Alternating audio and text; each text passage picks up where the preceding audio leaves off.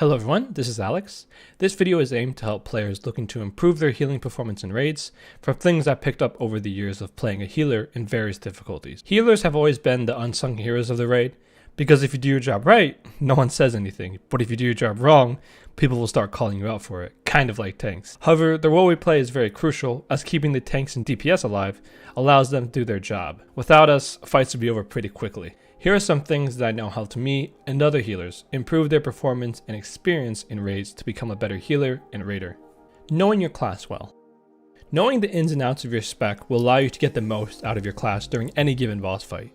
Every fight is different, and it's a good habit to approach every fight differently. You shouldn't have the same talents and essences for every single raid fight, as some talents will be a better use for some fights rather than others. Something I found really helpful during my guild's Heroic Knight Lothar progression was using Warcraft Log's healing rankings for Restoration Druids for individual boss fights. I would see what the top players were using in terms of essences, talents, and trinkets. This would give me a general idea of what talents were going to be really helpful and were being used more than others for that particular fight, and increase my healing done. Keep in mind that the later in a patch, the more skewed the rankings will be, due to the fact that bosses will be easier, and healers will be going for high parses where they will try to solo or 2-heal a boss fight, which is not very realistic in a regular scenario for a raid. However, it is still a good base point to see what talents and essences will be helpful to use for particular fights. Optimizing your character. Being able to optimize your character, whether it be in gear, essences, or secondary stats and enchants, will greatly affect your performance in raids and determine how well you can efficiently heal throughout the fight. Going on Wildhead or Icy Veins is a good place to find what secondary stats you should be pursuing, as well as what enchants you should be using on your rings and weapons.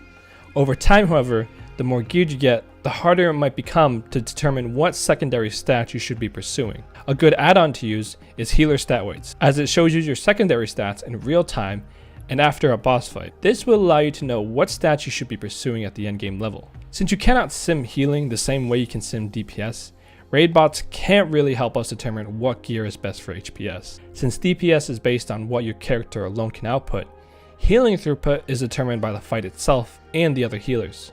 There will always be a finite number of healing needed for a fight, so you are limited to the healing needed, as well as how much of your other healers are healing.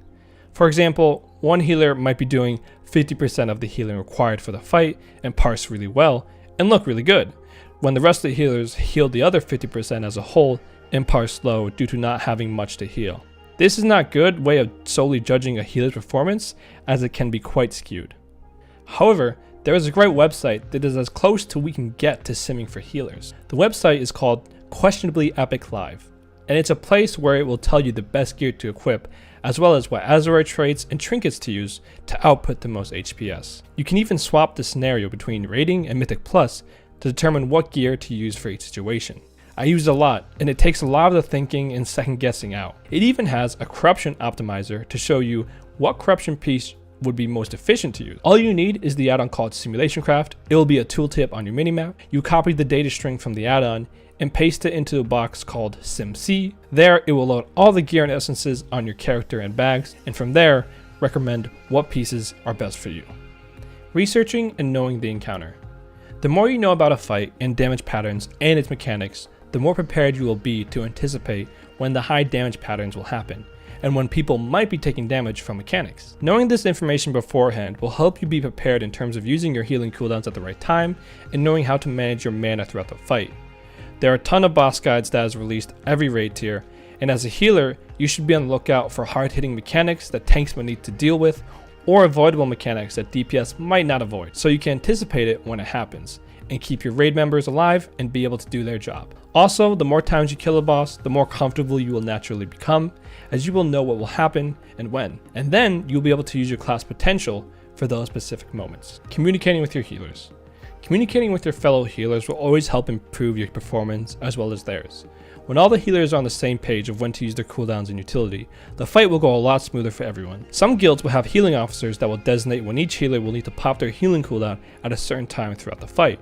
And other guilds sometimes do not have a shot caller for cooldowns and will be up to the healer themselves of when to use their cooldown. A good method is communicating right before the fight of when you're using your CD or during the fight when you're about to pop your CD saying you're using your cooldown in Discord, to give the other healers an audio cue so they will know and save the cooldowns for other parts of the fight. The last thing you want to have is a spike damage happen in the fight and have a revival, tranquility, and divine hymn being popped. What will happen is the revival will do most of the healing, and the tranquility and divine hymn will be wasted on overhealing, and those cooldowns could have been used for a later part of the fight. Communication will always help improve not just yours and the other healers' gameplay, but as well as the whole raid.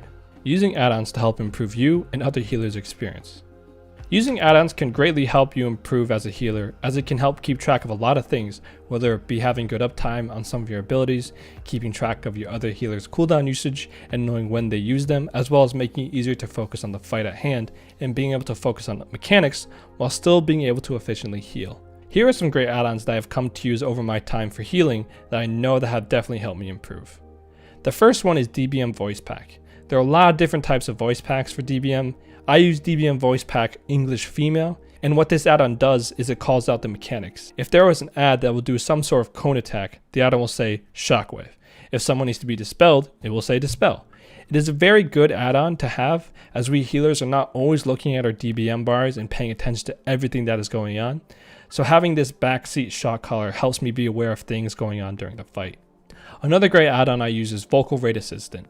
This is a great add-on because much like DBM Voice Pack, this add-on says when ability is being used. Whether it be a healing cooldown like Tranquility or Demon Hunter's Darkness being used, it will say the ability and when it's being used.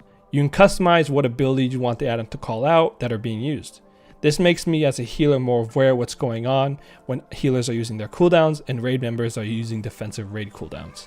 Another great add-on that I use that really helps in all aspects of raiding is Exorcist Raid Tools. I mainly use this add-on to keep track of other healers' healing cooldowns, when they've used it, if it's on cooldown, and if they have it available. Using this paired with Vocal Rate Assistant helps me keep track of a lot of things going on during the raid, while still being able to heal efficiently and doing mechanics.